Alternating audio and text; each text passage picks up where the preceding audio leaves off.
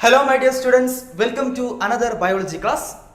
നമ്മുടെ കഴിഞ്ഞ ക്ലാസ്സിൽ നമ്മുടെ second chapter Windows of knowledge അഥവാ അറിവിൻ്റെ വാതായനങ്ങൾ എന്ന് പറയുന്ന ചാപ്റ്റർ പഠിച്ചു. വളരെ സിമ്പിൾ ചാപ്റ്റർ ആയിരുന്നു. കണ്ണിനെക്കുറിച്ചും ചെവിയെക്കുറിച്ചും മൂക്ക്, നാക്ക്, ത്വക്ക് തുടങ്ങിയ ഒരുപാട് ജ്ഞാനേന്ദ്രിയെക്കുറിച്ച് നമ്മൾ പഠിച്ചു കഴിഞ്ഞു. നമ്മുടെ ആദ്യത്തെ രണ്ട് ചാപ്റ്റർ പരസ്പരം കണക്റ്റഡ് ആയിരുന്നു. വളരെ സിമ്പിൾ ചാപ്റ്റർ ആയിരുന്നു. ഇനി നമ്മൾ പഠിക്കാൻ പോകുന്നത് നമ്മുടെ തേർഡ് ചാപ്റ്ററാണ്. കെമിക്കൽ മെസ്സേജസ് ഫോർ ഹോമിയോസ്റ്റാസിസ്, സമസ്ഥിതിക്കായുള്ള രാസ സന്ദേശം എന്ന് പറയുന്ന ചാപ്റ്റർ. ആക്ച്വലി നമ്മുടെ സെക്കൻഡ് ചാപ്റ്ററും ഫസ്റ്റ് ചാപ്റ്ററുമായി ബന്ധപ്പെട്ട ഒരു ചാപ്റ്റർ തന്നെയാണ് നമ്മുടെ തേർഡ് ചാപ്റ്ററും. ഈ പാഠഭാഗം പ്രധാനമായും ഡിസ്കസ് ചെയ്യുന്നത് ഹോർമോണിനെ കുറിച്ചാണ്. നിങ്ങൾ കേട്ട് കാണും ഹോർമോൺസിനെ കുറിച്ച്. ഈ ചാപ്റ്ററോടുകൂടി നിങ്ങൾക്ക് കൃത്യമായിട്ട് മനസ്സിലാകും എന്താണ് ഹോർമോൺസ്. ഓക്കെ, കഴിഞ്ഞ 9ാം ക്ലാസ്സിലൊക്കെ നിങ്ങൾ ഹോർമോൺസ് ഒക്കെ ചിലപ്പോൾ ബ്ലഡിൻ്റെ ചാപ്റ്റർ പഠിച്ച സമയത്ത് ജസ്റ്റ് പറഞ്ഞിട്ടുണ്ടാവും അല്ലേ, ബ്ലഡാണ് ഹോർമോൺസിനെ ക്യാരി ചെയ്യുന്നത്, കൊണ്ടുപോകുന്നത് പഠിച്ചിട്ടുണ്ടാവും. ആ ടൈമിൽ നിങ്ങൾ ഹോർമോൺസ് എന്താ ചിലപ്പോൾ സ്വാഭാവികമായിട്ടും സാറോട് ചോദിച്ചിട്ടുണ്ടാവും. നമ്മൾ ഈ ചാപ്റ്റർ പഠിക്കുമ്പോൾ നിങ്ങൾക്ക് കൃത്യമായിട്ട് മനസ്സിലാകും എന്താണ് ഹോർമോൺസ് എന്ന്. ഓക്കെ, വ്യത്യസ്തതരം ഹോർമോൺസ്, മനുഷ്യനിൽ കാണുന്ന ഹോർമോൺസിനെ കുറിച്ചും സസ്യങ്ങളിൽ പ്ലാന്റ് ഹോർമോൺസിനെ കുറിച്ചും നമ്മൾ ഈ പാഠഭാഗത്ത് ഡിസ്കസ് ചെയ്യുന്നുണ്ട്. ഓക്കെ, നമുക്ക് കടക്കാം നമ്മുടെ ഈ ചാപ്റ്ററിലോട്ട്. ശ്രദ്ധിക്കാം.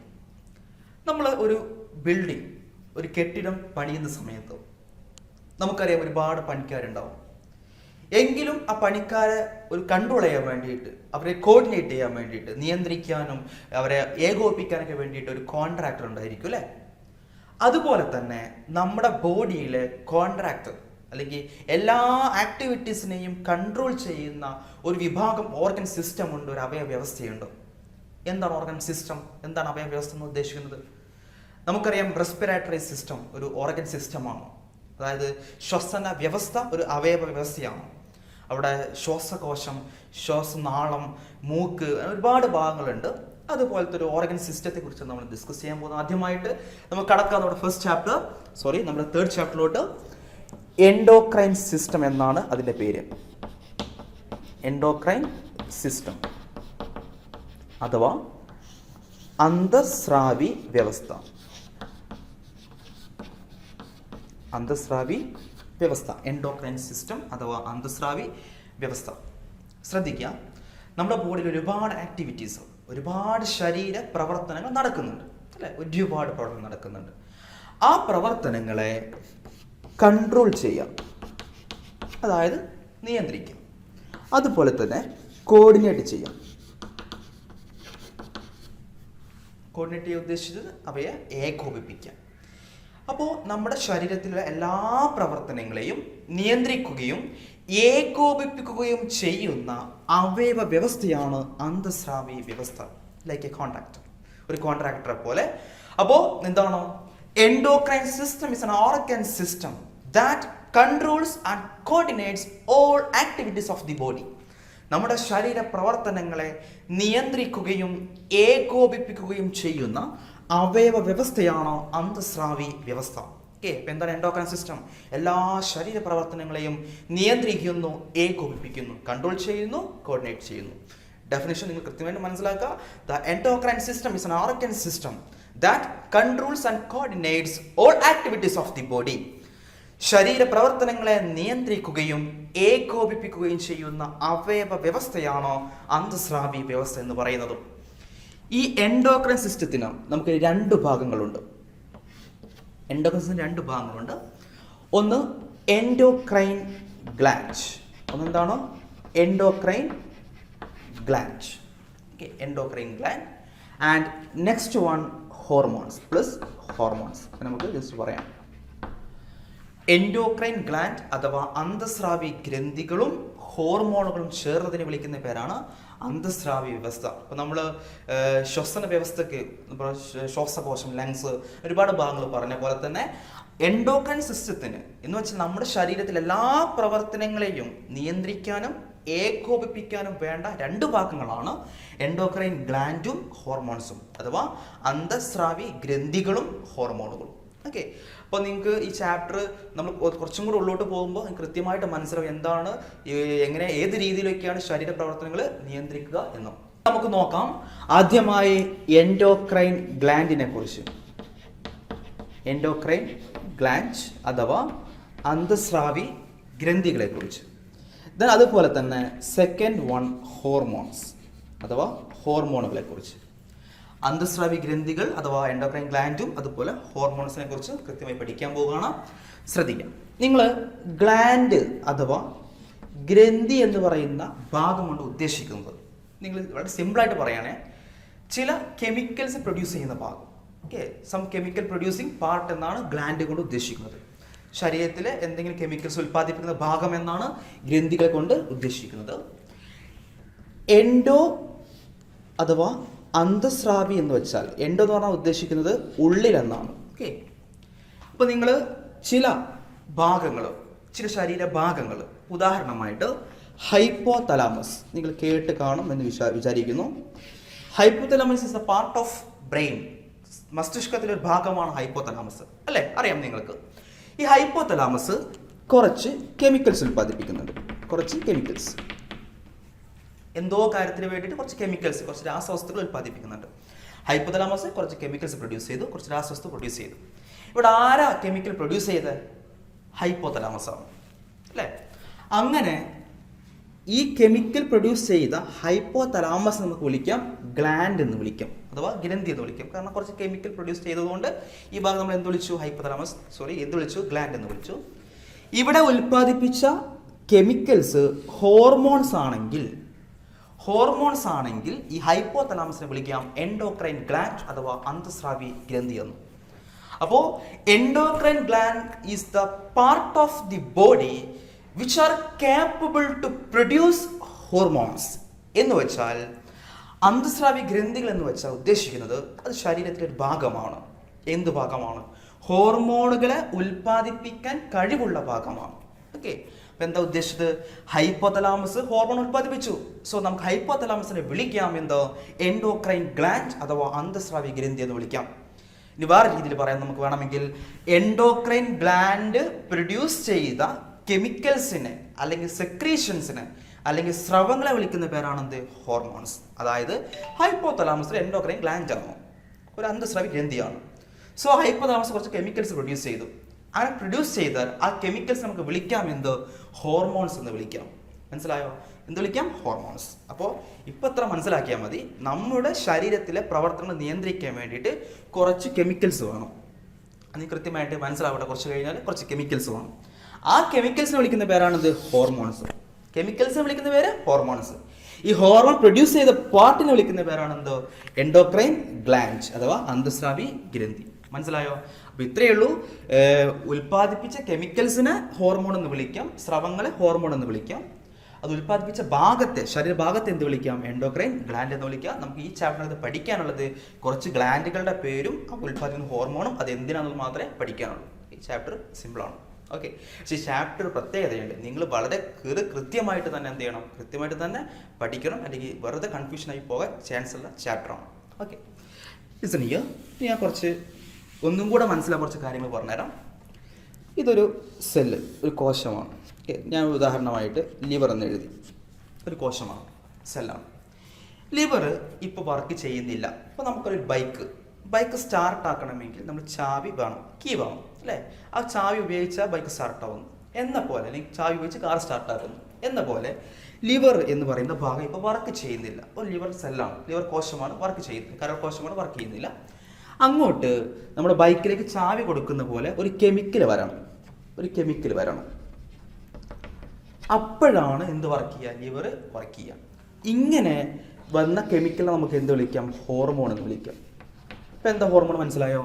നമ്മുടെ ശരീരത്തിലെ പ്രവർത്തനങ്ങൾ സ്റ്റാർട്ടാക്കാൻ അല്ലെങ്കിൽ അത് നടത്തിപ്പിക്കാൻ, കോശങ്ങൾ വർക്ക് ചെയ്യിപ്പിക്കാൻ വേണ്ട കെമിക്കൽസിനെ വിളിക്കുന്ന പേരാണ് ഹോർമോൺസ്. ഈ ഹോർമോൺ ആരാ ഉൽപ്പാദിപ്പിച്ചത്? ഈ കെമിക്കൽ ആരാ ഉൽപ്പാദിപ്പിച്ചത്? യെസ്, ആരാണ്? അന്തസ്രാവി ഗ്രന്ഥികളാണ്, അഥവാ എൻഡോക്രൈൻ ഗ്ലാൻഡുകളാണ്. മനസ്സിലായോ? ഇത്രയേ ഉള്ളൂ, സിമ്പിൾ സംഭവമാണ്. ഒരു സെല്ലിനെ വർക്ക് ചെയ്യിപ്പിക്കാൻ വേണ്ട കെമിക്കൽസിനെ വിളിക്കുന്ന ഹോർമോൺസ്. ഹോർമോൺസ് ഉൽപ്പാദിപ്പിക്കുന്ന ആൾ എൻഡോക്രൈൻ ഗ്ലാൻഡ് ആണ്. ഓക്കെ, ഇനി നിങ്ങൾക്ക് ഒരു കാര്യം കൂടെ പറഞ്ഞുതരാം, ശ്രദ്ധിക്കേട്ടോ. ഒരു കോശം, ഇതൊരു കോശമാണ്. ഈ കോശം ഇപ്പോൾ വർക്ക് ചെയ്യുന്നില്ല, വർക്ക് ചെയ്യുന്നില്ല, പ്രവർത്തിക്കുന്നില്ല. ഇത് പ്രവർത്തിപ്പിക്കാൻ ആര് വരണം? ഹോർമോൺസ് വരണം. എന്ത് വേണം? ഹോർമോൺസ് വരണം, അഥവാ കുറച്ച് കെമിക്കൽസ് വരണം. ശ്രദ്ധിക്കാം, ഇത് ഹൈപ്പോതലാമസ്. ഹൈപ്പോതലാമസ്. ഓക്കെ, ഹൈപ്പോതലാമസ് എന്ത് ഉൽപ്പാദിപ്പിച്ചു? കുറച്ച് ഹോർമോൺസ് ഉൽപ്പാദിപ്പിച്ചു. ഓക്കെ, ശ്രദ്ധിക്കണേ, ഹൈപ്പോതലാമസ് കുറച്ച് ഹോർമോൺസ് ഉൽപ്പാദിപ്പിച്ചു. ഈ ഹോർമോൺസ് എങ്ങോട്ട് വരണം? ശരിക്ക് ഈ ഭാഗത്തോട്ട് വരണം. ഇത് വേറെ ഏതോ ശരീരഭാഗമാണ്. ഹൈപ്പോതലാമസ് ആണ് ഹോർമോൺ ഉൽപ്പാദിപ്പിച്ചത്, പക്ഷേ ഈ ഹോർമോൺ വർക്ക് ചെയ്യേണ്ട സ്ഥലം എവിടെയാണ്? വേറെ ഏതോ ഭാഗത്താണ്, അല്ലേ? ഉദാഹരണമായിട്ട് ഞാനൊരു സ്കൂളിൽ പഠിച്ചു. ഞാൻ പഠിച്ച സ്കൂളിലാണെങ്കിൽ പോലും ഞാൻ അവിടെ തന്നെ വർക്ക് ചെയ്യുന്ന നിർബന്ധമുണ്ടോ? ഇല്ല. ചിലപ്പോൾ വേറെ എവിടെയെങ്കിലും ആവാം, അല്ലേ? ഞാൻ ജനിച്ചത് ഇന്ന സ്ഥലത്താണ്, ആ സ്ഥലത്ത് ഞാൻ വർക്ക് ചെയ്യാൻ ചാൻസ് ഉണ്ടോ? ഇല്ല.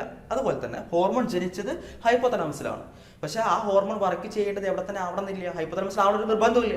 അത് എങ്ങോട്ട് പോകും? വേറെ കോശങ്ങളിലോട്ട് പോകും. പക്ഷെ അവിടെയാണ് ഒരു ടെസ്റ്റ് കിടക്കുന്നത്. അതായത് ഹോർമോണുകൾക്ക് സഞ്ചരിക്കാൻ വേണ്ടി പ്രത്യേക എന്തില്ല? കുഴലുകളൊന്നുമില്ല, ഡക്റ്റുകളൊന്നുമില്ല. ഓക്കെ, സോ ഡക്റ്റ്ലെസ് ആണ്. കുഴൽ സംവിധാനങ്ങൾ ഇല്ല, കാണപ്പെടുന്നില്ല. അപ്പോൾ ഒരു സംശയം, അപ്പോൾ ഇവരെങ്ങനെ പോവാം? അപ്പോൾ നമുക്കറിയാം, രക്തത്തിന് പോകാൻ രക്തക്കുഴലുകളുണ്ട്, അല്ലേ? ബ്ലഡിന് ബ്ലഡ് വെസൽസ് ഉണ്ട്, ലിംഫിന് ലിംഫ് വെസൽസ് ഉണ്ട്, ലിംഫ് കുഴലുകളുണ്ട്. എന്തിന്? ആവേഗത്തിന് ന്യൂറോൺ ഉണ്ട്, അല്ലേ? ആവേഗം പോകുന്നത് ഇമ്പൾസിന് പ്രത്യേക ന്യൂറോണുകളൊക്കെ ഉണ്ട്. എന്ന പോലെ ഹോർമോണുകൾക്ക് സഞ്ചരിക്കാൻ എന്തില്ല? പ്രത്യേക കുഴൽ സംവിധാനങ്ങളൊന്നും ഇല്ല, ഡക്റ്റ്ലെസ് ആണ്. അതുകൊണ്ട് തന്നെ ഈ ഹോർമോൺ ഉൽപ്പാദിപ്പിച്ച എൻഡോക്രൈൻ ഗ്ലാൻഡുകളെ അഥവാ അന്തസ്രവി ഗ്രന്ഥികളെ നമുക്ക് വിളിക്കാം നാളീരഹിത ഗ്രന്ഥികൾ. എന്താ വിളിക്കുക? നാളീരഹിത ഗ്രന്ഥികൾ. രഹിതം എന്ന് പറഞ്ഞാൽ എന്താ? നാളീരഹിത ഗ്രന്ഥി. രഹിതം എന്ന് പറഞ്ഞാൽ ഇല്ല എന്നാണ് അർത്ഥം. ഓക്കെ, അത് നാളികളൊന്നുമില്ല, കുഴലുകളൊന്നുമില്ല, ഡക്റ്റിലസ് ഗ്ലാൻഡ്. ഓക്കെ, അതായത് കുഴലുകളൊന്നുമില്ല. വളരെ സിമ്പിളാണ്. ഒരു ഗ്ലാൻഡ്, എൻഡോക്രൈൻ ഗ്ലാൻഡ് കുറച്ച് ഹോർമോൺ ഉൽപ്പാദിപ്പിച്ചു. ആ ഹോർമോൺ സഞ്ചരിക്കാൻ എന്തില്ല? കുഴൽ സംവിധാനങ്ങളൊന്നുമില്ല, ഒരു കുഴലും ഒന്നുമില്ല. സോ അതുകൊണ്ട് നമുക്ക് ഇതിനെ വിളിക്കാം എന്ത്? ഡക്റ്റിലെസ് ഗ്ലാൻഡ്. അപ്പോൾ നാളീരഹിത ഗ്രന്ഥികൾ എന്ന് വിളിക്കാം. എക്സാം ചോദിക്കും, എന്തുകൊണ്ടാണ് എൻഡോക്രൈൻ ഗ്ലാൻഡിനെ ഡക്റ്റിലെസ് ഗ്ലാൻഡ് വിളിക്കാനുള്ള കാരണം? അന്തസ്രാവി ഗ്രന്ഥികൾ എന്തുകൊണ്ടാണ് നാളീരഹിത ഗ്രന്ഥികൾ വിളിക്കാൻ കാരണം ചോദിക്കും. മനസ്സിലാക്കി വെക്കുക, എന്തുകൊണ്ടാണ്? എൻഡോക്രൈൻ ഗ്ലാൻഡ് പ്രൊഡ്യൂസ് ചെയ്യുന്ന ഹോർമോൺസിന് സഞ്ചരിക്കാൻ പ്രത്യേകമായിട്ട് എന്തില്ല? ഡക്റ്റുകൾ അഥവാ കുഴലുകൾ ഇല്ലാത്തതുകൊണ്ടാണ്. ഓക്കെ, അപ്പോൾ ഒരു സംശയം, ഇവരെങ്ങനെ പോകും, എങ്ങനെ സഞ്ചരിക്കും? ഓക്കെ, ആൻസർ ഇതാണ്. ബ്ലഡ് അഥവാ രക്തം വഴിയാണ് സഞ്ചരിക്കുക. ഓക്കെ, രക്തം വഴിയാണ് സഞ്ചരിച്ചുകൊണ്ടിരിക്കുക. അതായത് പ്രത്യേകം ഹോർമോൺ പോകാനായിട്ട് എന്തില്ല? കുഴലുകളൊന്നും ഇല്ല. Okay, simple. അതായത് ഇതിന് മനസ്സിലാക്കുന്ന പോയിന്റ് എന്താണെന്നറിയോ? ഒരു എൻഡോക്രൈൻ ഗ്ലാൻഡ് കുറച്ച് ഹോർമോൺ ഉൽപ്പാദിപ്പിച്ചു. ആ ഹോർമോൺ ചിലപ്പോൾ അവിടെ തന്നെ വർക്ക് ചെയ്യുന്ന നിർബന്ധമില്ല, അത് വേറെ കീഴിലൊക്കെ പോകേണ്ടി വരും. സോ അങ്ങനെ പോകുമ്പോൾ എന്ത് വഴി പോകേണ്ടി വരും? ബ്ലഡ് അഥവാ രക്തം വഴി പോകേണ്ടി വരും. Okay, yes. ഇനി മറ്റൊരു കാര്യം, അപ്പോൾ ചെറിയ സംശയം. ഇപ്പോൾ ഞാൻ കുറച്ച് ഒരു ഷേപ്പുകൾ വരയ്ക്കുകയാണ്. ഈ ഷേപ്പ് ആക്ച്വലി ഉദ്ദേശിക്കുന്നത് കുറച്ച് ഹോർമോണുകൾ, 4 തരം ഹോർമോൺസ് ഉണ്ട്. കാരണം നമ്മുടെ ബോഡി ഒരുപാട് ടൈപ്പ് ഹോർമോൺസ് ഉണ്ട്. ഒരു 4 ടൈപ്പ് ഹോർമോൺസ് വരച്ചെന്ന് വിചാരിക്കാം. ഓക്കെ, ജസ്റ്റ് ഈ ഹോർമോൺസ് ഒക്കെ പോവുക കൂടിയാണ്, രക്തം വഴിയാണ് പോവുക, ബ്ലഡ് വഴിയാണ് പോവുക. ഓക്കെ, അപ്പോൾ ഒരു കൺഫ്യൂഷൻ, ഈ ഹോർമോൺസ് എങ്ങനെയാണ് അത് പോകേണ്ട സ്ഥലത്ത് എത്തുക? ഉദാഹരണമായിട്ട് നമ്മളിപ്പോൾ ഒരു ബസ്സിൽ കയറി നമ്മളൊരു സ്ഥലത്ത് ഇറങ്ങണം. നമ്മൾ സ്ഥലത്ത് ഇറങ്ങണമെങ്കിൽ ചിലപ്പോൾ ക്ലീനർ എന്ത് ചെയ്യും? ആ സ്ഥലത്തിൻ്റെ പേരിങ്ങനെ വിളിച്ചു പറയും. അപ്പോൾ നമുക്ക് പെട്ടെന്ന് ഐഡൻറ്റിഫൈ ചെയ്യാൻ പറ്റും. അങ്ങനെ നമ്മൾ എന്ത് ചെയ്യും? അവിടെ സ്ഥലത്ത് ഇറങ്ങും, അല്ലേ? അതുപോലെ രക്തത്തിലൂടെ എല്ലാ ഹോർമോൺസ് ഒരുമിച്ച് പോവുകയാണ്. ഇപ്പം നമുക്ക് പറയാൻ പറ്റുമോ ഒരു ബസ്സിനകത്ത് എല്ലാ ആൾക്കാരും ഒരൊറ്റ സ്ഥലത്തേക്ക് പോകേണ്ട ആൾക്കാരാണോ? അല്ല, പല സ്ഥലത്ത് ഇറങ്ങേണ്ട ആൾക്കാരാണ്.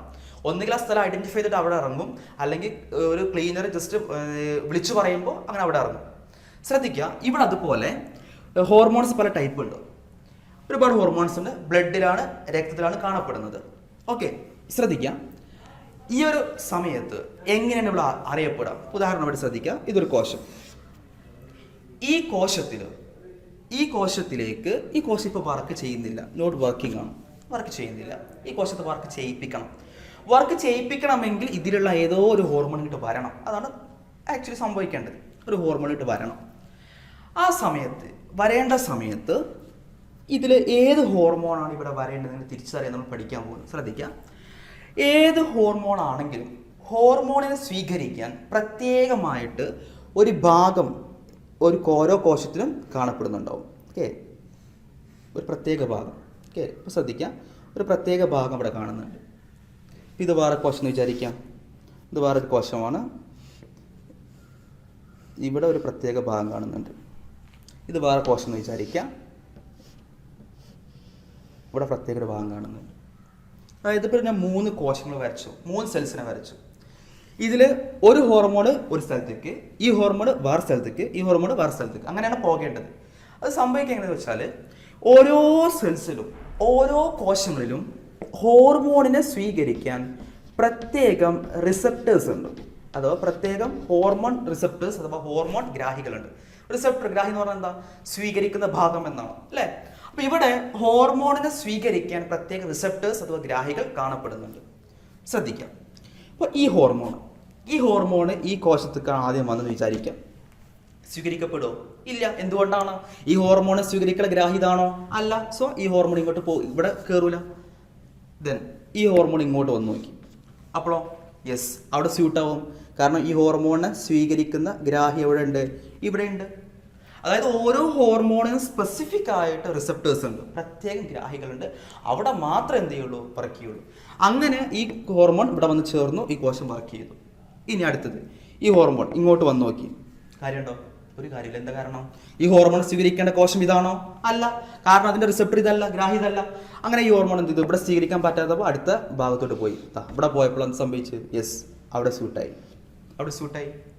ഇനി ഈ ഹോർമോൺ വന്നു നോക്കി, ഇവിടെ വന്നു നോക്കി, ചേരുവോ? ഇല്ല. ഇവിടെ ചേരുവോ? ഇല്ല. ദെൻ ഇവിടെ വന്നപ്പോൾ ഇവിടെ എന്ത് ചെയ്യുന്നുണ്ട്? അത് സ്യൂട്ട് ആവുന്നുണ്ട്. അതായത് ഇന്ന് മനസ്സിലാക്കേണ്ട പോയിന്റ്, എല്ലാ ഹോർമോൺസ് ഒരുമിച്ചാണ് രക്തം വഴി പോവുക, എല്ലാവരും ഒരുമിച്ചാണ് പോവുക. പക്ഷെ എല്ലാവരും എല്ലാ കോശത്തും വർക്ക് ചെയ്യോ? ഇല്ല. എവിടെ വർക്ക് ചെയ്യുക? ഓരോ ഹോർമോണിനെയും സ്വീകരിക്കാൻ പ്രത്യേകം എന്തുണ്ട്? റിസപ്റ്റേഴ്സ് ഉണ്ട് അല്ലേ? ഗ്രാഹികളുണ്ട്. ഹോർമോൺ റിസപ്റ്റേഴ്സ് അതോ ഹോർമോൺ ഗ്രാഹികളുണ്ട്. അവിടെ മാത്രമേ ആ ഹോർമോൺ എന്ത് ചെയ്യുള്ളൂ? വർക്ക് ചെയ്യുള്ളൂ. അങ്ങനെ ഒരു ഹോർമോണിനെ സ്വീകരിക്കാനുള്ള റിസപ്റ്റർ എവിടെയാണോ ഉള്ളത്, അതാണ് ആ ഹോർമോണിന്റെ ടാർഗറ്റ് സെല്ല് അഥവാ ലക്ഷ്യകോശം എന്ന് പറയുന്നത്. ഉദാഹരണമായിട്ട് ഈ കോശത്തിന്റെ ടാർഗറ്റ് സെല്ല് ലക്ഷ്യകോശം ഇതാണോ? അല്ല. എന്തുകൊണ്ടല്ല? ഇതിനെ സ്വീകരിക്കുന്ന റിസപ്റ്റർ ഇവിടെ ഇല്ലാത്തതുകൊണ്ടാണ്. ഓക്കെ. ഇനി അടുത്തത് ഈ ഹോർമോൺ ഇങ്ങോട്ട് വന്ന് നോക്കി, സ്വീകരിക്കോ? ഇല്ല. സോ ഇതിന്റെ ലക്ഷ്യകോശം ഇതാണോ? അല്ല. എന്തുകൊണ്ടാണ്? ഇതിന് സ്വീകരണ റിസപ്റ്റർ ഇവിടെ ഇല്ലാത്തതുകൊണ്ടാണ്. അങ്ങനെ ഈ കോശം ഇങ്ങോട്ട് വന്ന് നോക്കി, അപ്പൊ എന്ത് ഇവിടെ ചേരാൻ പറ്റി എന്ന് വെച്ചാൽ ഈ ഹോർമോൺ റിസപ്റ്റർ ഈ കോശത്തിലുണ്ട്, ഈ സെല്ലിലുണ്ട്. സോ ഇതാണ് ഈ ഹോർമോണിന്റെ ലക്ഷ്യകോശം. അത്തരത്തിൽ ഒരു ഹോർമോണിനെ സ്വീകരിക്കുന്ന റിസപ്റ്റർ ഗ്രാഹി എവിടെയാണോ ഉള്ളത്, അതാണ് അതിന്റെ ലക്ഷ്യകോശം. മനസ്സിലായോ? അപ്പോ ഇനി ഈ ഹോർമോൺ നോക്ക്, ഈ ഹോർമോൺ ഇങ്ങോട്ട് വന്ന് നോക്കി, ഇതിന്റെ ലക്ഷ്യകോശം ഇതാണോ? ടാർഗറ്റ് സെൽ ഇതാണോ? അല്ല. കാരണം എന്താ? ഇത് റിസപ്റ്റർ ഇവിടെ ഇല്ലാത്തതുകൊണ്ട്. ഇതിന്റെ ടാർഗറ്റ് സെൽ ഏതാണ്? യെസ്, ഇതിന്റെ ടാർഗറ്റ് സെൽ എന്ന് പറയുന്നത് ഇതാണ്. എന്തുകൊണ്ടാണ്? അതിന്റെ റിസപ്റ്റർ ഇവിടെയാണ് കാണപ്പെടുന്നത്. അപ്പൊ കാര്യം മനസ്സിലാക്കിയോ? ഒരു ഉദാഹരണം വെച്ച് പറഞ്ഞുതരാം. ഒരു ബൈക്ക് ഉണ്ട്, 10 ചാവികളുണ്ട്, 10 വ്യത്യസ്ത ചാവികളുണ്ട്. അല്ല, എല്ലാ ചാവി എന്ത് ചെയ്യുന്നില്ല? ഇതിൽ സ്യൂട്ടാവോ? ബൈക്കിൽ സ്യൂട്ടാവോ? ഇല്ല.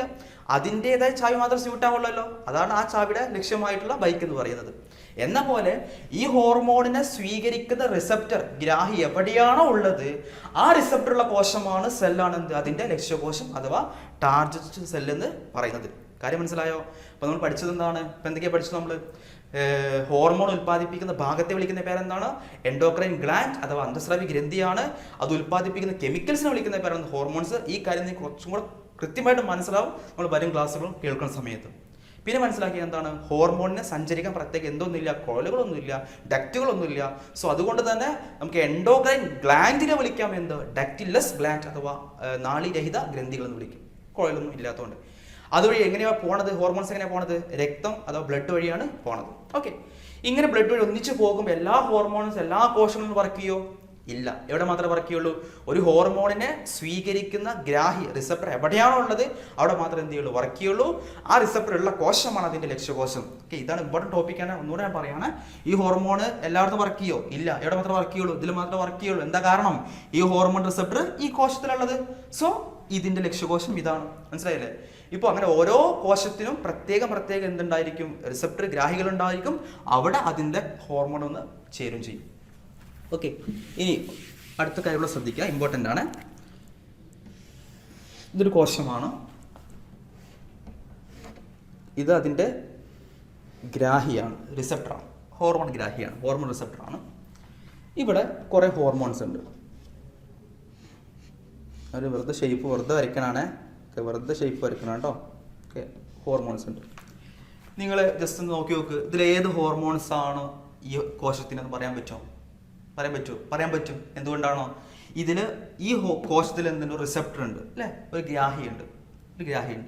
അവിടെ സ്യൂട്ട് ആവുക ഏത് ഹോർമോൺ മാത്രമാണ്? ഈ ഹോർമോൺ മാത്രമാണ് അല്ലേ? ഇതൊന്നും സ്യൂട്ട് ആവില്ലല്ലോ, ഇല്ല. സോ ഈ ഹോർമോണിന്റെ ലക്ഷ്യകോശമാണ് ഇത്. ഇതിന്റെ ലക്ഷ്യകോശം ഇതാണോ? അല്ല. എന്തുകൊണ്ടാണ്? ഇത് റിസപ്റ്റർ ഇതല്ല. ഇതിന്റെ ഇതാണോ? അല്ല. സോ അതിന്റെ റിസപ്റ്റർ ഇതല്ലാത്തതുകൊണ്ട് ഇവിടെ നോക്കുകയാണെങ്കിൽ ഈ കോശത്തിന്റെ ഹോർമോൺ ഇതാണ് എന്ന് വെച്ചാൽ ഈ ഹോർമോണിന്റെ ടാർഗറ്റ് സെല്ല് ലക്ഷ്യകോശം ഇതാണ്. കാരണം അതിന്റെ റിസപ്റ്റർ അവിടെ കാണുന്നല്ലോ. ഓക്കെ, അത് നിങ്ങൾക്ക് പഠിച്ചു കഴിഞ്ഞാണ്. ഇനി ശ്രദ്ധിക്കാം, ഇപ്പൊ ഈ കോശം വർക്കിംഗ് അല്ലെന്ന് വിചാരിക്കാം, ശരിക്കും പ്രവർത്തിക്കാൻ തുടങ്ങിയിട്ടില്ല. എപ്പോഴാണ് പ്രവർത്തിക്കുക എന്നറിയോ? ഒരു ഹോർമോണ് വന്നു, ഈ ഹോർമോൺ ഇങ്ങനെ വന്ന് ഇതിന്റെ റിസപ്റ്ററിൽ ഗ്രാഹിയുമായിട്ട്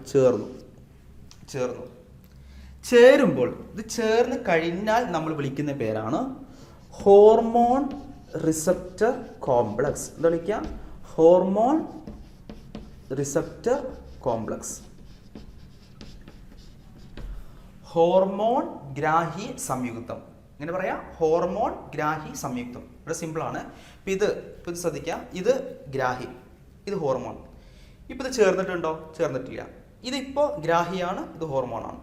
ഹോർമോണും ഗ്രാഹിയും തമ്മിൽ ചേർന്ന് കഴിഞ്ഞാൽ എന്ത് വിളിക്കും?